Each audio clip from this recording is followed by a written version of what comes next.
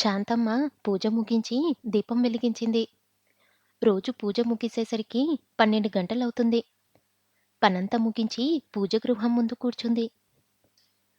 మల్లమ్మ, అబ్బాయి వచ్చాడా? ఆ, వచ్చారమ్మా. మీరు పూజలో ఉన్నారని. అయ్యో, ఆకలితో వచ్చాడో ఏమిటో. శాంతమ్మ గొనుక్కుంటూ బయటికి రాబోయింది. అప్పుడే అతి త్వరగా మధుకర్ వచ్చి శాంతమ్మకు పాదాభివందనం చేశాడు. ఆయనతో కూడా ఒక అందాల బొమ్మ ఉంది. ఆ అందాల బొమ్మ వంగి వంగనట్టు నటించి నమస్కరించింది.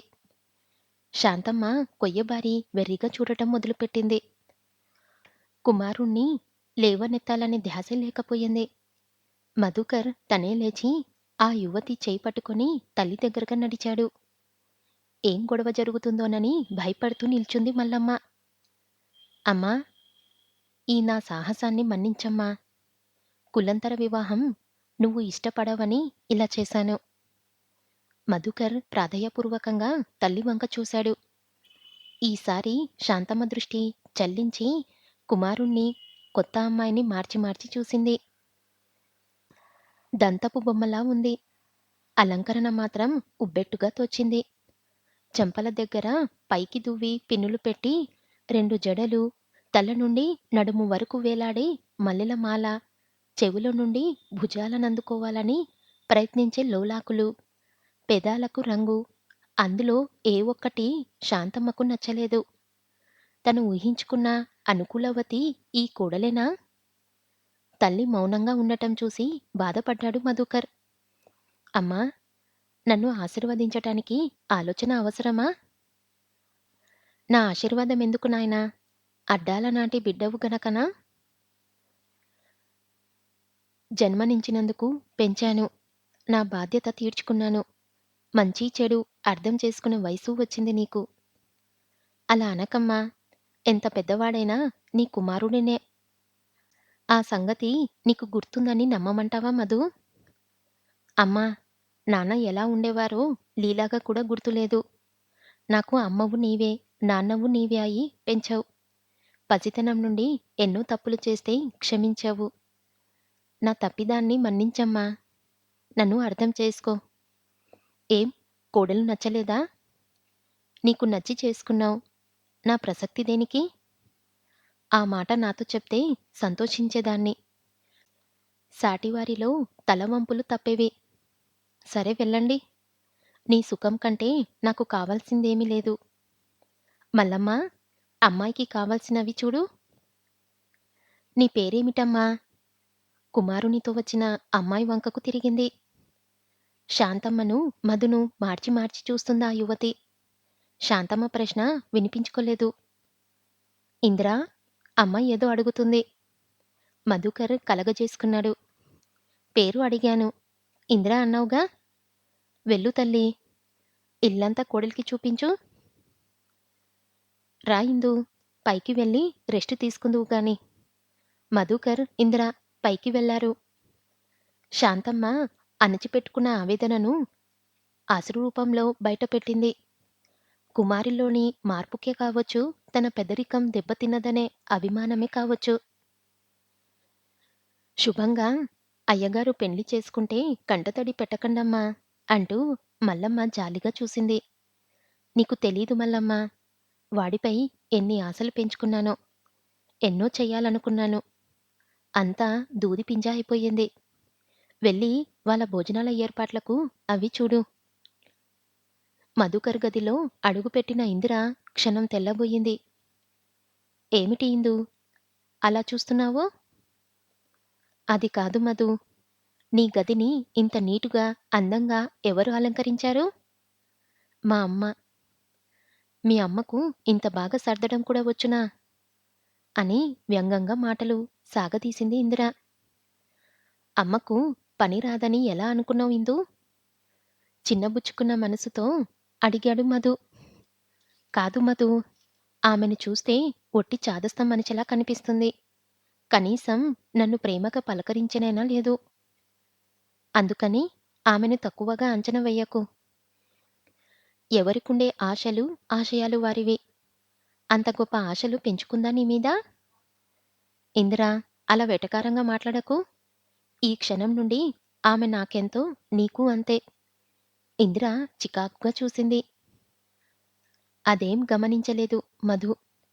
నాకు నాన్నగాని, చెప్పుకోదగ్గ బంధువులు గాని మరెవ్వరూ లేరు. ఆమె నా సర్వస్వం. నా ఇష్టానికి ఏనాడు ఆమె అభ్యంతరం చెప్పలేదు. నేను నా స్వార్థం చూసుకొని ఆమెకు చెప్పకుండా వివాహం చేసుకున్నాను. ఈ సంగతి ఆమెను ఎంత కలవరపెట్టిందో ఆలోచించు ఇందూ. ఇక నుండి ఆమెకు మనమిద్దరము రెండు కళ్ళుగా మసలాలి. మధుకర్ ఉపన్యాసం ఇందిరకు రుచించలేదనటానికి ఆమె ముడిపడిన కనుబొమ్మలే సాక్షి. మా ఇంట్లో నన్ను ప్రేమగానే పెంచారు. వాళ్ళు ఇలాగే మొహం ముడుచుకొని నిష్ఠూరాలు వేశారా? నాన్నగారు మనల్ని అభినందించలేదా? మధు నవ్వాడు. మీ నాన్నగారు తన జీవితంలో సగం కాలం విదేశాల్లో గడిపారు. అక్కడి ఆచార్య వ్యవహారాలు జీర్ణించుకున్నారు. అమ్మ భారతదేశంలోని ఆచారాలకు బానిస. అంత నిబ్బరంగా ఉండటం ఎలా సాధ్యం? ఒక్క క్షణం అన్నీ మర్చిపో. ఇలా దగ్గరగా రా.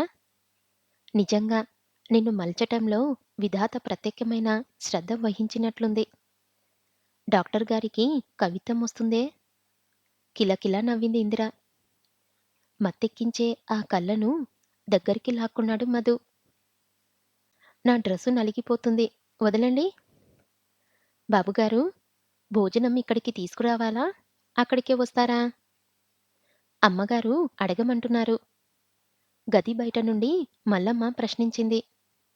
మధుకర్ ఇంద్రను వదిలి గుమ్మంలోకి వచ్చాడు. అక్కడికే వస్తాం మల్లమ్మ.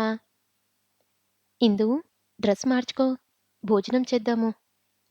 ఇందిర ఆడంబరమైన దుస్తులు తీసివేసింది. తెల్లని సాదచీర రవిక ధరించింది. ఎగదువ్విన జడలు విప్పి వదులుగా రిబ్బనులతో కట్టింది. ఇద్దరూ డైనింగ్ టేబుల్ వద్దకు వచ్చేసరికి శాంతమ్మ అక్కడే కూర్చొని ఉంది. కోపఛాయలు, ఆందోళన ముచ్చుకైనా లేవు ఆ ముఖంలో. ప్రశాంతంగా నూతన దంపతులను తిలకరించింది. తెల్లని డ్రెస్సులో ఇందిర ఆమెకెంతో అందంగా కనిపించింది. అందుకే కాబోలు బాబు సాహసించాడు. స్త్రీలను సహితం సమ్మేహపరిచే రూపం అనుకుంది. రా తల్లి, మా వాణ్ణి పాతకాలపు వంటకాలు నీకేం కావాలన్నా చెప్పి చేయించుకో. మల్లమ్మ, అమ్మాయికి నీళ్ళివ్వు. వద్దు, నేను పైనే కడుక్కొని వచ్చాను. ఇందిర కుర్చీ లాక్కొని కూర్చుంది. మధుకర్ వెళ్ళి చేతులు కడుకొచ్చాడు. అదేమిటి మధు, ఇందాక కడుక్కున్నావుగా? డాక్టరువు, నీకు చాదస్తమేమిటి? అంది కళ్ళు తిప్పుతూ. శాంతమ్మ మనసు చివుక్కుమంది. అదేమిటి, ఆలోచించకుండా నోటికెంత వస్తే అంత అంటుందేమిటి? మధుకర్ అని పిలవడం ఆమెకిష్టం లేదు. తల్లి ముఖం చూసి మధుకర్ నొచ్చుకున్నాడు. అది కొట్టిపారేయడానికన్నట్టు నవ్వాడు. చాదస్తం కాదు ఇందు, శుభ్రం. డాక్టర్ గారి కూతురికి ఆరోగ్య సూత్రాలు నేర్పాలి కాబోలు. తెలుసులే, నువ్వేం చెప్పనక్కర్లేదు. మూతి ముడుచుకుంది. మల్చిన శిల్పంలా ఉన్న ఇందిర మూతి ముడిచిన అదో అందం. తినడం మరిచి ఇందిరని చూస్తూ ఉండిపోయాడు. శాంతమ్మ వంటింట్లోకి వెళ్ళింది. అలా మూతి ముడవకు ఇందిరా. ఇప్పుడు అమ్మ ఇక్కడ లేననుకుంటే ఏం చేసేవాడినో తెలుసా? అన్నాడు ఇంగ్లీష్లో. భోజనం ఎట్ట రుచిస్తుంది మధు. నేను తినలేను బాబు. చెయ్యి కడిగేసుకుంది ఇందిర. మసాలా వేసిన వంకాయల కూర, బంగాళదుంపల వేపుడు, 2 రకాల పచ్చళ్ళు, సాంబారు, గడ్డ పెరుగు, పాయసం, అప్పడం, వడియాలు అన్నీ ఉన్నాయి. మరి ఇందిరకెందుకు రుచించలేదో